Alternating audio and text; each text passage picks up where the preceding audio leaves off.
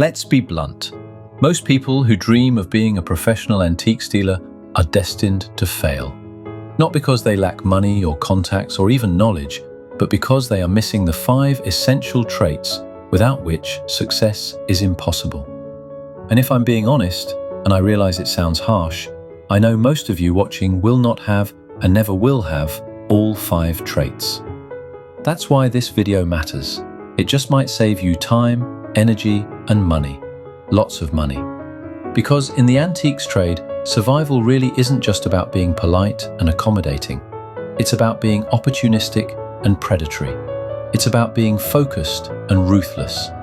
And the only dealers who survive are the ones who embody these traits in every transaction, every negotiation, and every glance across that dusty auction room.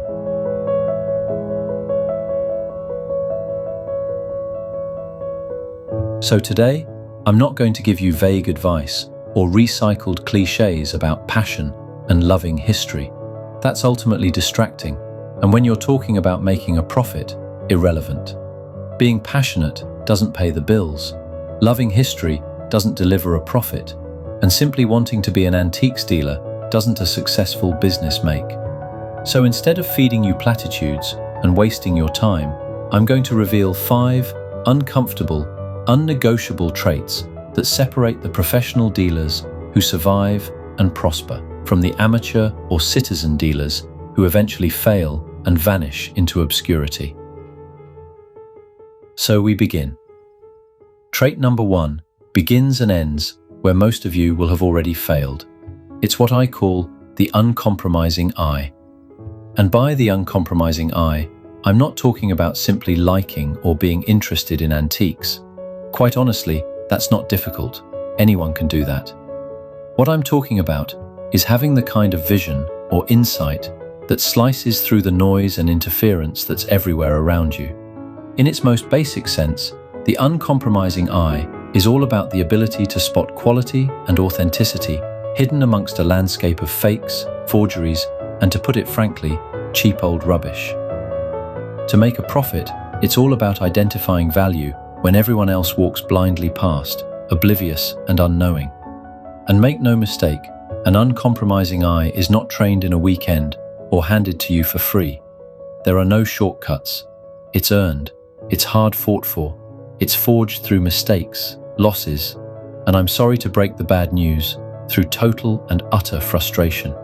And if you do not learn this technique, the ability to see differently, you will never deal successfully. Deep down, every profitable dealer knows this. Their eye is the window to opportunity and ultimately the tool to generate success and profit. Without the ability to see the world differently to the average citizen dealer, you become blind to profit. Still here? Good, because trait 1 means nothing without trait 2, and this is the point where most aspiring dealers fold under the pressure. Trait 2 sounds brutal, and it is. In short, it's clinical and calculated ruthlessness. Forget the fantasy of the benevolent antique dealer. This business rewards predators who calculate risk, strip sentiment, and negotiate with surgical indifference. The dealer who hesitates in this cutthroat world loses profit. The dealer who pities loses margins. And the dealer who mixes business with charity is already dead in the water. Sounds harsh, but if you cannot detach emotion from value and profit, you become the prey. The reality is, your friends in the trade are actually competitors. Your suppliers are out to exploit you for profit, and your customers will be focused on wiping out your profit margin if you let them. Sounds brutal and negative, yes, but if you enter the antiques trade with rose-tinted spectacles, you will soon get found out and exploited, and the likelihood is you will lose a lot of money. Trait 3 on our list is the need for relentless curiosity. This is the irony of antique dealing. To master the art, you must know more than anyone else, yet admit every day how much you still don't know.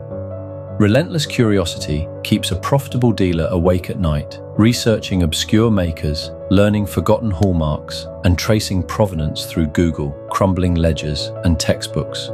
Without relentless curiosity, you become stagnant. And once mired in stagnation or apathy, you sink without trace. So be prepared to be consumed by questions, by doubts that pierce the bubble of certainty, and by the relentless pursuit of truth. Sounds exhausting, and it can be, but relentless curiosity is both a curse and a joy when you commit to being a professional antiques dealer. Now, if you followed me this far, you're either hopefully learning something or you're already becoming uncomfortable. Good, because trait 4 is where the game changes, from skill to survival. If you're enjoying this podcast, a quick like or a comment would mean a lot and helps us grow a community of fellow antique and vintage lovers. If you'd like to stay up to date with more trusted tips and discoveries, subscribing is the best way to keep in touch. And don't forget to hit that notification bell so you don't miss out on future free-to-air content. Trait 4 can be described as having an iron stomach for risk. Every deal in the antiques game is a gamble, every auction a battlefield. You will overpay, you will be wrong, you will lose money. And if your stomach turns at the thought of financial blood on the floor, your financial blood, you should quit now. Because profitable dealers embrace the volatility. They take calculated risks, not to survive, but to dominate and prosper. The amateur or citizen dealer plays safe and stays small, or ultimately fails. The professional dealer risks failure, but by learning the traits we have discussed so far, has the ability to win, big. And the difference between the winner and the loser is not courage, the difference is a tolerance for pain. If you think I'm exaggerating, trait 5 will destroy your misconception. Because this final trait is the one most would-be dealers will never acquire, and without it, nothing else matters. Trait 5 is relentless discipline. Knowledge without discipline is noise. Ruthlessness without discipline is chaos. Risk without discipline is ruin. The antiques trade demands ritual precision, waking early for markets, cataloging every item, tracking every penny, building systems so strong they appear invisible to everyone but you. Discipline is not glamorous, it's not exciting, it's not romantic. So what is it? It's the foundation on which every profitable dealer builds their business empire. Without discipline, you will most certainly lose. With discipline, you cannot be stopped. So there you go, the 5 traits you need to become a successful and profitable antiques dealer. No romantic illusions, no comforting myths. If you do not have them, you fail. If you do, you will endure. And always remember, the antiques trade does not care about your dreams or aspirations. There is no fairness or equality. There is just the business, and it is brutal. It only rewards the eye, the ruthlessness, the curiosity, the risk, and the discipline. Everything else is distraction and noise. And now you know why most will never make it. My name's Mark. Thanks for listening to the Antiques Central podcast.